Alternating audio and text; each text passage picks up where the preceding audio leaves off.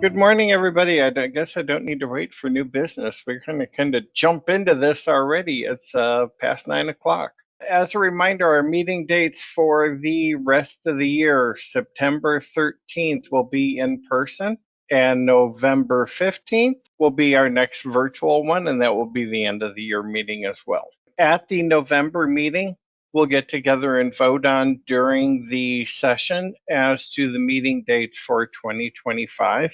So I'll have a list of dates available for 2025 and then just ask people to vote during the meeting. And we'll collect whether it's going to be a Wednesday or a Friday and which one through the rest of 2025. Again, we'll have 3 virtual and 2 in-person meetings. The in-persons are here in the west suburbs of Chicago. If anybody wants to come in, more than welcome to do that. We're about 15-20 minutes away from O'Hare Airport. Presenters for today, Fred is our moderator. We have Coleman Newell and Colby Young from SourceDay. They're going to be going over procurement issues and how to deal with some of these. Chase will be doing a presentation on setting up Kinetic, performance tuning it, and then also setting up the Edge agent. And I'll be doing a couple presentations. One's going to be the review of what's new in 2024, and then going paperless on the shop floor. What are the steps and what are the kind of hurdles and what are the benefits of going paperless instead of having paper running around throughout the plant floor?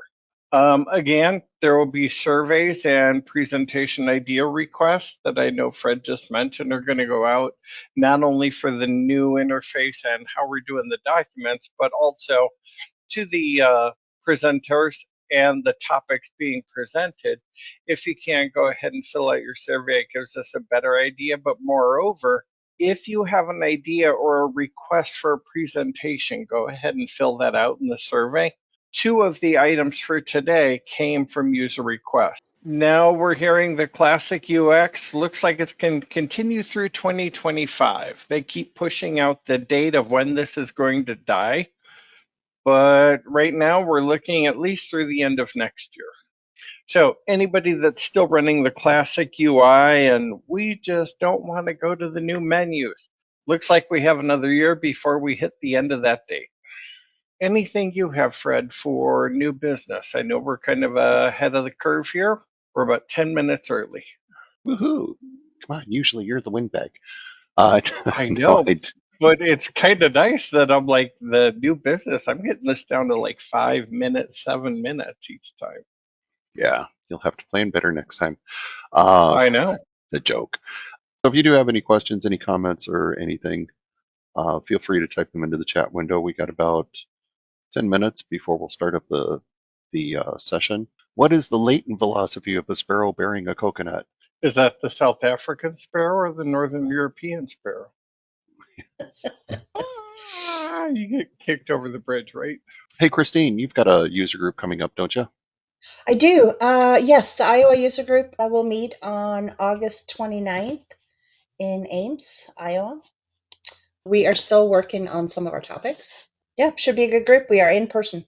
There is a link on the EUG website, and more information will come from once we get a little bit more out of the agenda finished. We're a little behind, or I'm a little behind, I should say, on that. We have some sessions, but we just went live with Kinetic 2024 one in about a month ago, and so it's been a little hectic around my desk. I was going to say, I'm like, ooh, that's kind of getting on the bleeding edge of technology there. Yep, we went from 10.2.600 to 24.1.5, I think. We should have had you in the What's New in 2024 presentation, man. We are mixed mode. We are not fully Kinetic. From Laura, have you discussed what tips and tricks would be helpful to get users over to the Kinetic screens if you happen to be on Classic View? Baseball bat. Ours is, we have a mixed. We have users that will like to just stay Classic, and we have users that are okay with mixed, and we have users that would like to just be on Kinetic. It's fascinating. We pushed everyone to Kinetic as much as possible, honestly. The screens we have that had to go back to Classic is because we eat we either didn't get time to finish the customizations to Kinetic, or it was just easier from a user perspective. But most of our forms are Kinetic as much as possible. We just didn't give them a chance. They got about a year and a half, and they got to go there anyway.